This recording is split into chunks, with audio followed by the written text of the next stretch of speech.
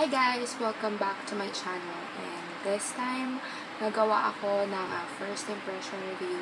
And ang re-reviewin ko ngayon is ito, Eye White BB Holic Everyday BB Cream. I got the shade beige. Sa Pure Gold ko siya nabili. And dalawang shade lang yung meron siya. Yung isa natural and yung isa ito beige. Yung natural or yung light kasi maputi yun sa akin. Ma-pink siya and hindi siya bagay sa skin tone ko. 159.50. 159. So, bali 160 pesos yun siya. Murang-mura. So, ang sabi dito, natural looking coverage provides the benefit of both skincare and makeup. Kasi yung skin ko, minsan dry, minsan oily. So, sige, doon na tayo sa combination skin.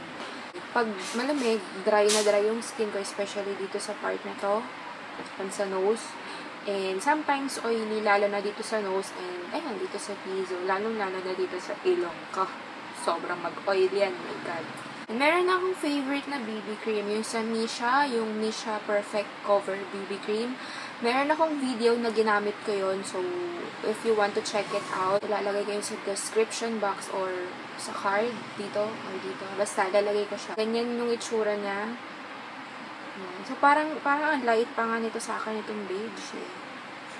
Ayan o, parang ang light pa niya sa akin. Pero let's see. Gagamitin ko muna yung hands ko sa pag-apply, yung aking daliri, para makita natin kung okay ba siya with daliri or brush. Ang gagamitin kong brush ito. Ayan, yung flat brush. Dual-ended siya. And nabili ko to sa Shawil. Wala akong nilagay na kahit ano sa face ko. Wala moisturizer, wala. So, ayan ang aking face. As you can see, marami akong blemishes, redness, ang dami niyan. Ha? Lalo na dito sa ilong. My God. Kakahiya. Okay pala. Parang sakto pala sa akin yung beige. Bango. Amoy pa bango ng dalaga. Oh, Diyos. Amoy pa bango. Bango siya.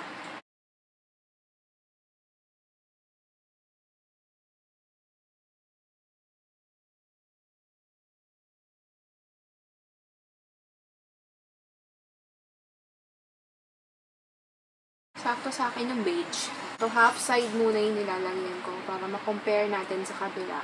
Okay? So, ito na siya on my face. Half side. Ito yung wala.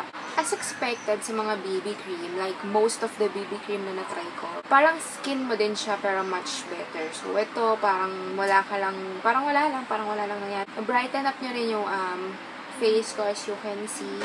Compare dito. Na-cancel niya rin yung mga minimal redness ko, pero hindi totally niya na-cancel out. Kasi, what you expect, diba, BB cream. Pero, for a BB cream, okay na. Pang everyday, diba, okay na siya. Plus, mabango siya, and yung feeling niya sa face, very lightweight, very comfortable, and walang problema sa parang mabigat, malagkit, wala. Okay siya. For me, okay siya.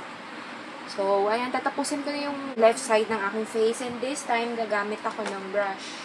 So, ito, gamitin ko na siya.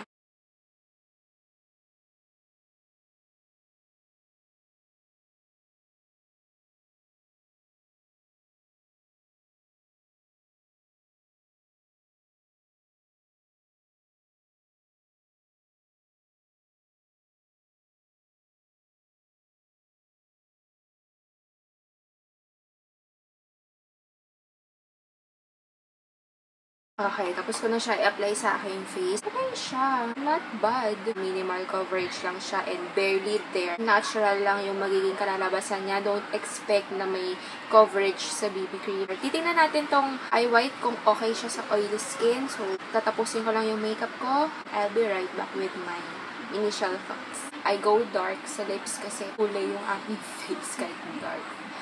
And so far, yung Eye White... yung Eye White BB Holic Everyday BB Cream, pang everyday talaga siya kasi napaka-natural ng itsura niya.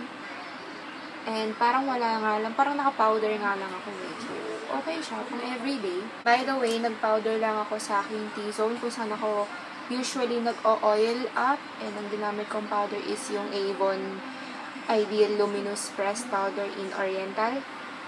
Yan, lagi yung on the go ko na press powder slash setting powder. And yung shade na beige, saktong-sakto siya sa akin. So far wala akong problema sa kanya. Titingnan natin yung kanyang longevity, kung hanggang kailan siya tatagal sa aking oily face ngayon. Oily face ako ngayon kasi may init. Sobrang init ngayon dito. Sa ganitong panahon, mag-oil up talaga ako. Naalis kami ngayon, papasyal ko yung mga bata. So, I will be right back later for an update. It is now 3 p.m. 3 p.m. na ngayon. So, babalik ako mamaya for an update. See you later. Sorry ha kung may naririnig kayong bata kasi yung anak ko nandito. Audience ko siya. Hello! Okay, tahimik ka lang dyan. Pasensya na kung may naririnig kayo na parang games. Kasi, andito siya sa tabi ko. It is now 7:40 ng gabi. Ayan na ang aking face. And as you can see, okay pa rin naman siya sa face ko. Although, oily na ako. Oily na yan oily na yung face ko. Hindi lang masyadong halata kasi yung lighting nakafocus sa mukha ko. Pero oily na talaga ako. So, magbublot muna ako para makita natin kung gaanong oil yung na-produce ng aking face. Dahil super init ngayon and super maalinsangan. We were out ng mga bata.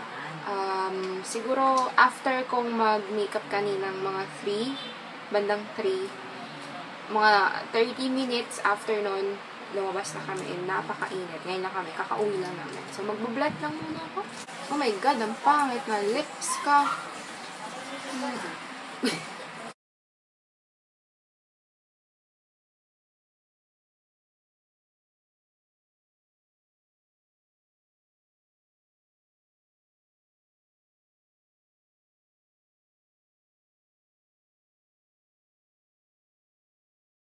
So, ito na yung oil na nakuha ko. Medyo madami.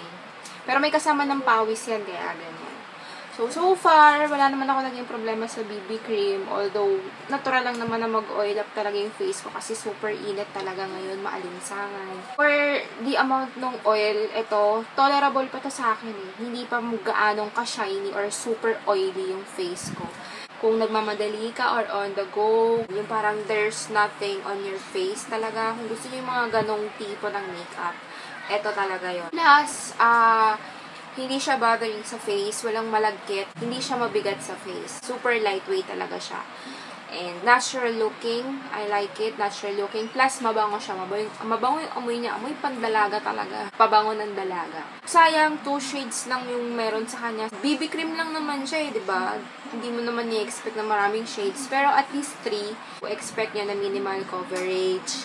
And wala siyang maitutulong masyado sa mga blemishes, wala talaga. So, natural lang talaga, parang skin mo lang pero much better. Ayun lang guys, sana nagustuhan nyo yung aking first impression review nitong iWhite BB Holic Everyday BB Cream. Let me know kung gusto niya pang gumawa ako ng mga gantang reviews. Comment na kayo sa baba. Don't forget to like and subscribe. See you on my next video. Bye!